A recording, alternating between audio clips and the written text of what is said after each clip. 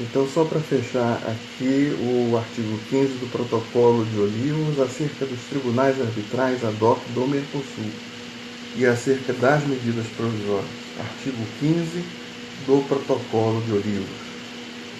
Vamos lá? Artigo 15, medidas provisórias. Parágrafo 1º diz que o Tribunal ad hoc do Mercosul poderá, por solicitação da parte interessada e na medida em que existam presunções fundamentadas de que a manutenção da situação poderá ocasionar danos graves e irreparáveis a uma das partes na controvérsia, ditar as medidas provisórias que considere apropriadas para prevenir tais danos. O tribunal poderá, a qualquer momento, tornar sem efeito tais medidas.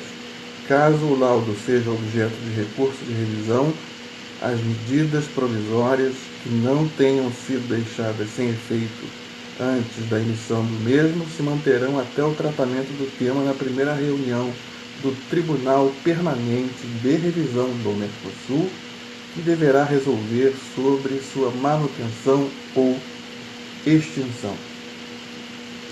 Então, artigo 15, medidas provisórias do Protocolo de Olivos e acerca dos tribunais ad hoc do Mercosul. E outra questão, na questão seguinte, nós vamos voltar ao Estatuto da CIJ, da Corte Internacional de Justiça.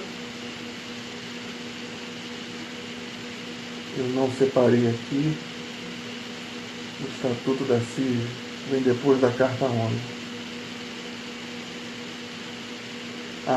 Isso. Corte Internacional, artigo 41 do Estatuto da CIJ. Também, juntamente com o Protocolo de Olivos, dispõe sobre as medidas provisórias. E diz: a Corte da CIJ terá a faculdade de indicar, se julgar que as circunstâncias o exigem, quaisquer medidas provisórias que devam ser tomadas para preservar os direitos de cada parte. Antes que a sentença seja proferida, as partes e o Conselho de Segurança da ONU deverão ser informados imediatamente das medidas sugeridas. Então, sim, o artigo 15, no caso do Mercosul, Protocolo de Olivos, sobre medidas provisórias e os tribunais ad hoc do Mercosul. E, no contexto da Carta ONU, no contexto da CIJ, que é o tribunal principal das Nações Unidas, no seu artigo 41 do Estatuto da CIJ, da Corte Internacional de Justiça, também dispõe sobre medidas provisórias. No caso da Corte Interamericana, está no seu artigo 63 da Convenção Americana as medidas provisórias.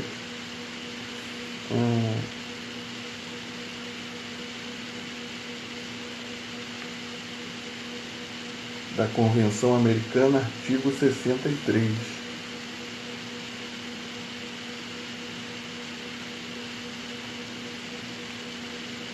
Que diz, eu vou ler inteiro: quando decidir que houve violação de um direito ou liberdade protegidos nesta Convenção Americana, a Corte determinará que se assegure ao prejudicado o gozo de seu direito ou liberdade violados.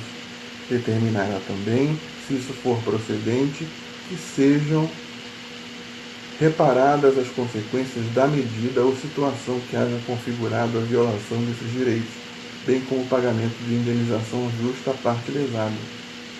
Em casos de extrema gravidade e urgência, e quando se fizer necessário evitar danos irreparáveis às pessoas, a Corte, nos assuntos de que estiver conhecendo, poderá tomar as medidas provisórias que considerar pertinentes. Se se tratar de assuntos que ainda não estiverem submetidos ao seu conhecimento, poderá atuar a pedido da comissão. Então, medidas provisórias. Temos artigo 15 do Protocolo de Olivos, o Estatuto da CIG, artigo 41, e a Corte Interamericana no seu artigo 63. A questão acerca do TPI, se o réu deve ou não estar presente no julgamento, temos que consultar o artigo 63 do Estatuto de Roma.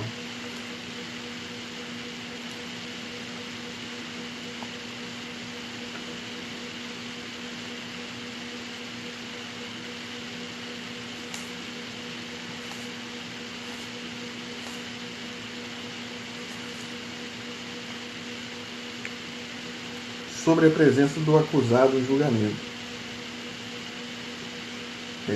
Salvo o acusado, no seu artigo 1º, diz: o acusado estará presente durante o julgamento. Então, era uma questão só sobre a presença do réu, o que segue a tradição romano-germânica da civil law, e não a tradição costumeira britânica da common law. O item acerca da maioria absoluta dos votos,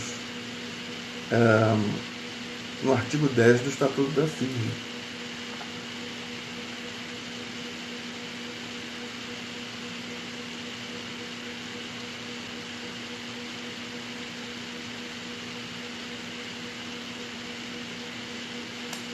Do Estatuto da CIJ.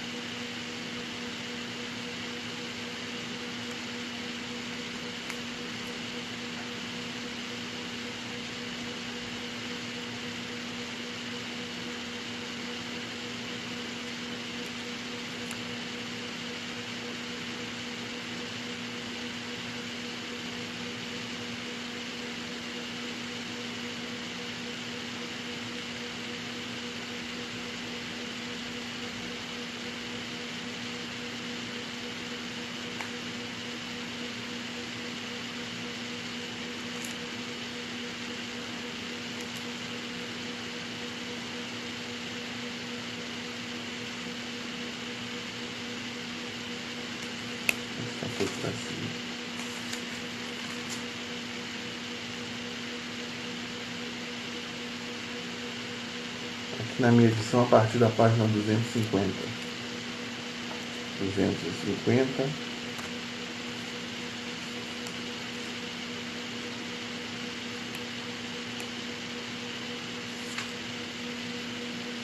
No seu artigo 63,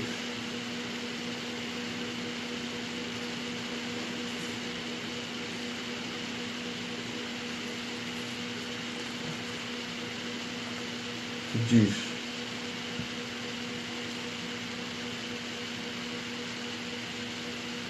artigo 10 do Estatuto da CIG.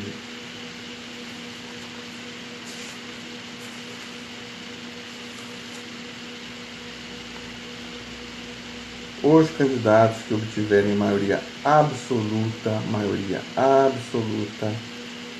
de votos na Assembleia Geral e no Conselho de Segurança serão considerados eleitos.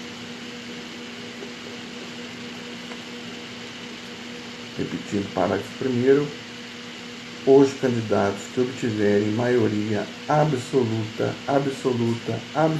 e não relativa de votos na Assembleia Geral e no Conselho de Segurança serão considerados eleitos. Isso acerca da Secretaria-Geral. Sim, a eleição do secretário-geral da ONU.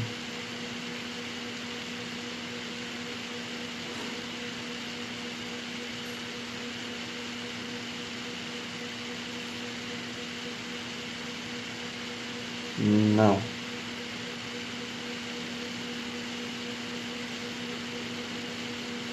Não.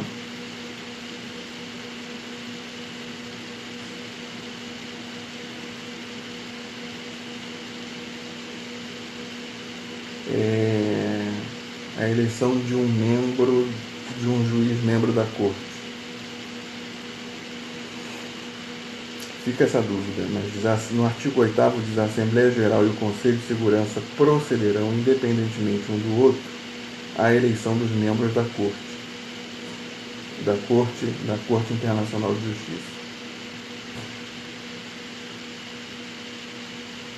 Artigo 9º da Corte Internacional diz: em cada eleição os eleitores devem ter presente não só que as pessoas a serem eleitas possuem individualmente as condições exigidas, mas também que no conjunto desse órgão judiciário seja assegurada a representação das mais altas formas da civilização e dos principais sistemas jurídicos do mundo. E no artigo 10 diz: os candidatos que obtiverem maioria absoluta de votos na Assembleia Geral e no Conselho de Segurança serão considerados eleitos. Tá bom? Então, a eleição para juízes da Corte, maioria absoluta da Assembleia Geral e do Conselho de Segurança. A questão sobre a Santa Sé, a participação da Santa Sé, que é sujeito de DIP, sem dúvida, sujeito de direito internacional público, ela é Estado-parte, ela é parte, a Santa Sé é parte de tratados de direitos humanos, como, primeiro, a Convenção para a Eliminação de todas as formas de discriminação racial. Segundo, a Convenção contra a Tortura. Terceiro, a Convenção sobre os Direitos das Crianças. São 3 exemplos de tratados de direitos humanos nos quais a Santa Sé tem parte. É parte. Esta é signatária. Bom, com isso dá para fazer uma boa prova de primeira fase de Direito Internacional Público de 2018. Boa sorte para nós em 2019. Um abraço.